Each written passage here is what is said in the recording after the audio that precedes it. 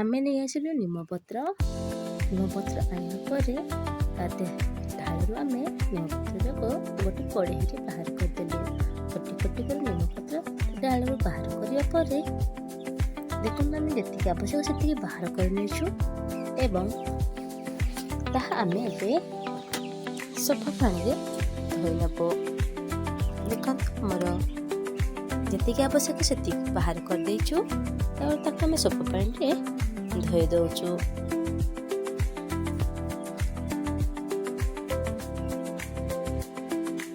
ଆମେ ସଫା ପାଣିରେ ଧୋଇବା ପରେ ଏହାକୁ ଆମେ ଗୋଟେ ଖୋରିରେ ଆମେ ବାହାର କରିଦେବୁ।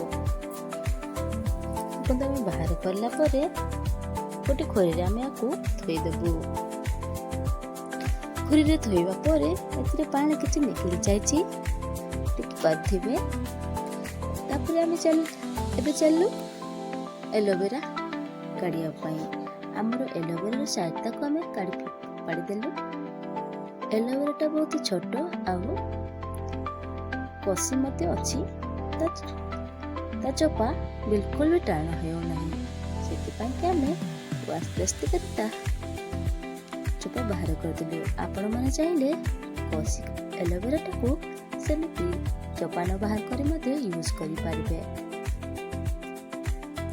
କିନ୍ତୁ ଆମେ ଅଳ୍ପ ଟିକେ ଚୋପା ବାହାର କରିବା ପରେ ତାକୁ ବାହାର କରିଦେଲୁ। ଗୋଟେ ଗିନାରେ ଆମେ ଏଲୋଭେରାଟା ବାହାର କରିଦେଲୁ। ଯଦି ଏଲୋଭେରାଟା ଟାଣ ଥାଏ ତେବେ ନିହାତି ଭାବରେ ଭଲ କରି ଆପଣମାନେ ଚୋପାଟା କାଢ଼ିଦେବେ। ଏଇଟା ବହୁତ କଷି, ସେଥିପାଇଁକି ଆମେ ଏଥିରେ ଭଲ ଭାବରେ ଏଲୋଭେରାର ଚୋପା କାଢ଼ିଲୁ। ଚୋପା ମଧ୍ୟ ରହିଯାଇଛି ଟିକେ ଟିକେ, ଆପଣମାନେ ଦେଖିପାରୁଥିବେ ଅଳ୍ପ ଭାବରେ ରହିଯାଇଛି ଚୋପାଟା।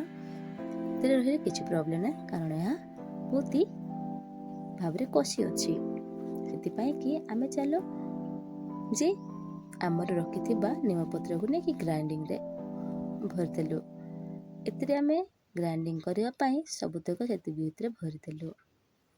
ପତ୍ରଟା ଅଧିକ ଥିଲା, ସେଥିପାଇଁ ଖାଲି ପତ୍ରଟା ଇଏ କରିଦେଲୁ। ପଛରେ ଆମେ ଏଲୋଭେରାଟା ଆଡ଼୍ କରିଦେଇଛୁ। ଏଇଟା 5-10 ମିନିଟ୍ରେ ଗ୍ରାଇଣ୍ଡିଙ୍ଗଟା ହେଇଗଲା। ତାକୁ ଆମେ ସୁଇଚ୍ ଅଫ୍ କରି ବାହାର କରିଦେବୁ।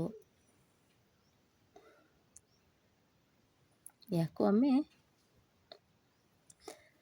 ବାହାର କରିଦେଲୁ। ବାହାର କରିବା ପରେ ଦେଖିବା ଯେ ତା ଭିତରେ କେମିତି ହେଇଛି। ଦେଖନ୍ତୁ, ଏହା ଦେଖିବା ପାଇଁ ବହୁତ ସଫ୍ଟ ଆଉ ମଲାୟମ ପରି ଲାଗୁଛି, ବହୁତ କ୍ରିମ୍ ପରି ଲାଗୁଛି। ଏଇଟା ବହୁତ ସଫ୍ଟ ଲାଗୁଛି। ଏଥିରେ କୌଣସି ମିଶା ହେଇନି। ଏଲୋଭେରା ଆଉ ନିମ୍ବପତ୍ର ମିଶେଇକି ଗ୍ରାଇଣ୍ଡିଙ୍ଗ କରାହେଇଛି। ଯେଉଁ ଏଲୋଭେରାଟା ଆମେ କାଟି ଦେଇଥିଲୁ ସେଥିରେ ଆମେ ମିଶାଇ ଦେଇଛୁ। ଆଉ ଆମେ ତାକୁ ଛୁଇଁକି ମଧ୍ୟ ଦେଖିଥିଲୁ, ଆଉ ଦେଖିପାରୁଥିବେ ବହୁତ ସଫ୍ଟ ଅଛି।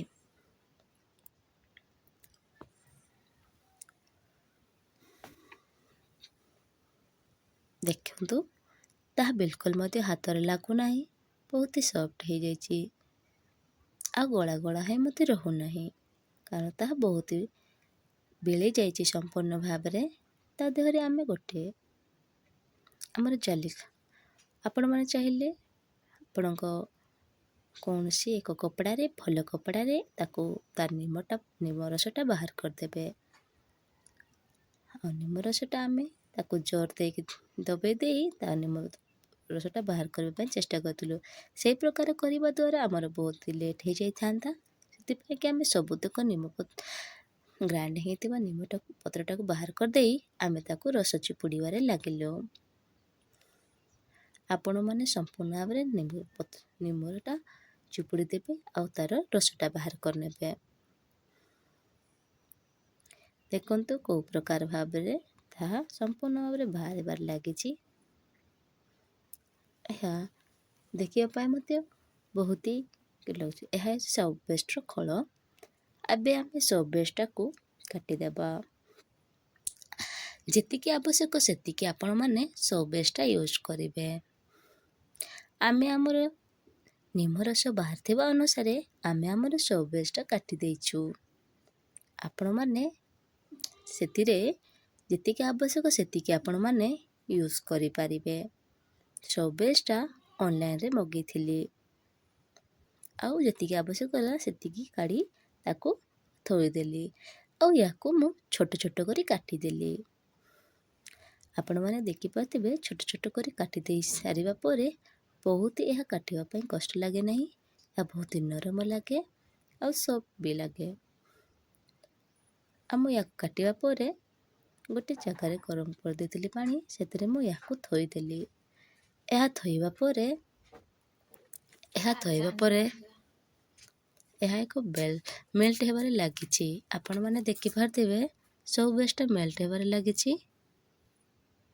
ଆଉ ତାକୁ ସମ୍ପୂର୍ଣ୍ଣ ମେଲ୍ଟ ହେବା ଯାଏ ତାକୁ ଥରେ ଥରେ ଗୋଳଉଥିବେ। ଦେଖିପାରୁଥିବେ ଅଧା ମେଲ୍ଟ ହେଇସାରିଛି। ଆଉ ଏହା ଉପରେ ଆମର ଅଧା ସମ୍ପୂର୍ଣ୍ଣ ଭାବରେ ହେଇଯାଇଛି, ଟିକେ ବାକି ରହିଯାଇଛି। ଆପଣମାନେ ଦେଖିପାରୁଥିବେ ସୋ ବେସ୍ଟା ସମ୍ପୂର୍ଣ୍ଣ ଭାବରେ ମେଲ୍ଟ ହେଇଯାଇଛି। ଆଉ ଏବେ ଆମର ସୋ ବେସ୍ଟା ମେଲ୍ଟ ହେଇବା ପରେ ଏଥିରେ ଆମେ ରଖିଥିବା ନିମ୍ବ ରସଟାକୁ ଏଥିରେ ମିକ୍ସ କରିଦେବା। ଏଥିରେ ମିକ୍ସ କରିବା ପରେ ଆପଣମାନେ ଚାହିଁଲେ ଭିଟାମିନ୍ ସି କ୍ୟାପସୁଲ୍ ମଧ୍ୟ ୟୁଜ୍ କରିପାରିବେ। ଆମେ ପିଓର ନିମ୍ ସାବୁନ ବନାଉଛୁ ତ ସେଥିପାଇଁକି ଆମେ ଏଥିରେ ଭିଟାମିନ୍ ସି କ୍ୟାପସୁଲ୍ଟା ୟୁଜ୍ କରିନାହୁଁ। ତାପରେ ୟାକୁ ଆମେ ଭଲ ଭାବରେ ମିକ୍ସ କରିବା ପରେ ତାହା ଆମେ ବାହାର କରିନେବୁ। ତାକୁ ଆମେ ବାହାର କଲା ପରେ କିଛି ସମୟ ଥଣ୍ଡା ହେବା ପାଇଁ ଛାଡ଼ିଦେବୁ। ଦେଖନ୍ତୁ କିଛି ସମୟ ପାଇଁ ଥଣ୍ଡା ହେବା ପାଇଁ ଛାଡ଼ିଦେଲେ ସମ୍ପୂର୍ଣ୍ଣ ଭାବରେ ଥଣ୍ଡା ହେବାକୁ ଦେବେନି, ତାହା ବସିଯିବ। ଏବେ ଆମେ ସାବୁନ ଖୋଳ ଉପରେ ଏହାକୁ ନେଇ ପକାଇବୁ। ଏବେ ଆମେ ସାବୁନ ଖୋଳ ଉପରେ ପକାଇବା ପରେ ଏହାକୁ ଆମର ଆବଶ୍ୟକ ଅନୁସାରେ ଆମେ କରିଥିଲୁ ନିମ, ହେଲେ ଆମର ସବୁ ସାବୁନ ଖୋଳରେ ଆମର ସମ୍ପୂର୍ଣ୍ଣ ଭାବରେ ହେଇନାହିଁ, ତ ଗୋଟି ଖାଲି ହେଇକି ରହିଯାଇଛି। ତ ଏହା ଆମର ସର୍ଟେଜ୍ ପଡ଼ିଗଲା। ତ ଆପଣମାନେ ଆବଶ୍ୟକ ଅନୁସାରେ ଏହାକୁ ୟୁଜ୍ କରିବେ। ତ ଆମେ ଏହାକୁ ଫ୍ରିଜ୍ରେ ନୁହଁ, ଆମେ ଖାଲି ଏମିତି ଖାଲି ଜାଗା ରଖିବୁ। ରଖି ଶୁଖିଗଲା ପରେ ଦେଖନ୍ତୁ ସାବୁନଟା ହେଇଯାଇଛି। ସାବୁନଟା ସଫ୍ଟ ହେଇଯାଇଛି, କେତେ ଭଲ ମଧ୍ୟ ଲାଗୁଛି। ଦେଖିପାରୁଥିବେ କେତେ ଭଲ ଭାବରେ ସାବୁନଟା ହେଇଯାଇଛି ଏବଂ ତାହା କେତେ ସଫ୍ଟ ଲାଗୁଛି ଆଉ ଦେଖିବା ପାଇଁ ମଧ୍ୟ ବହୁତ ନରମ ଲାଗୁଛି। ଆପଣମାନେ ଚାହିଁଲେ ଘରେ ବନାଇ ପାରିବେ। ଦେଖନ୍ତୁ ଏଇଟା ଘର ତିଆରି ନିମ ସାବୁନ। ଆମେ ଏହାକୁ ଧୋଇକି ଦେଖେଇବୁ ଏହା ନର୍ମାଲ ସାବୁନ ପରି ତା'ର ଫେମ୍ପଡ଼ ଆସୁଛି କି ନାହିଁ ଜଣାପଡ଼ିବ। ଆପଣମାନେ ଦେଖନ୍ତୁ ଯେ ଘରେ ତିଆରି ନିମ ସାବୁନ ସମ୍ପୂର୍ଣ୍ଣ ଭାବରେ ଏକ ନର୍ମାଲ ସାବୁନ ପରି ତା'ର ଫେମ୍ପଡ଼ ଆସୁଛି ଆଉ ଧୋଇବା ପାଇଁ ମଧ୍ୟ ବହୁତ ସଫ୍ଟ ଲାଗୁଛି।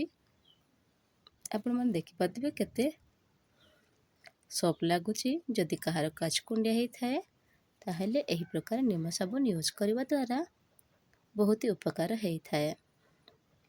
ଦେଖିପାରୁଥିବେ ଆମର ସାବୁନଟା ପୁରା ନର୍ମାଲ ସାବୁନ ପରି ହେଇଯାଇଛି ଆଉ ଏହା ହାତକୁ ମୋତେ ବହୁତ ସଫ୍ଟ ଲାଗୁଛି ଆଉ ସଫା ମଧ୍ୟ କରୁଛି। ନର୍ମାଲ ସାବୁନ ପରିକା ଲାଗୁଛି। ଯଦି ସାବୁନଟା ଭଲ ଲାଗିଲା ଘରେ ବନାନ୍ତୁ ଆଉ ଲାଇକ୍ ସବସ୍କ୍ରାଇବ୍ କରନ୍ତୁ।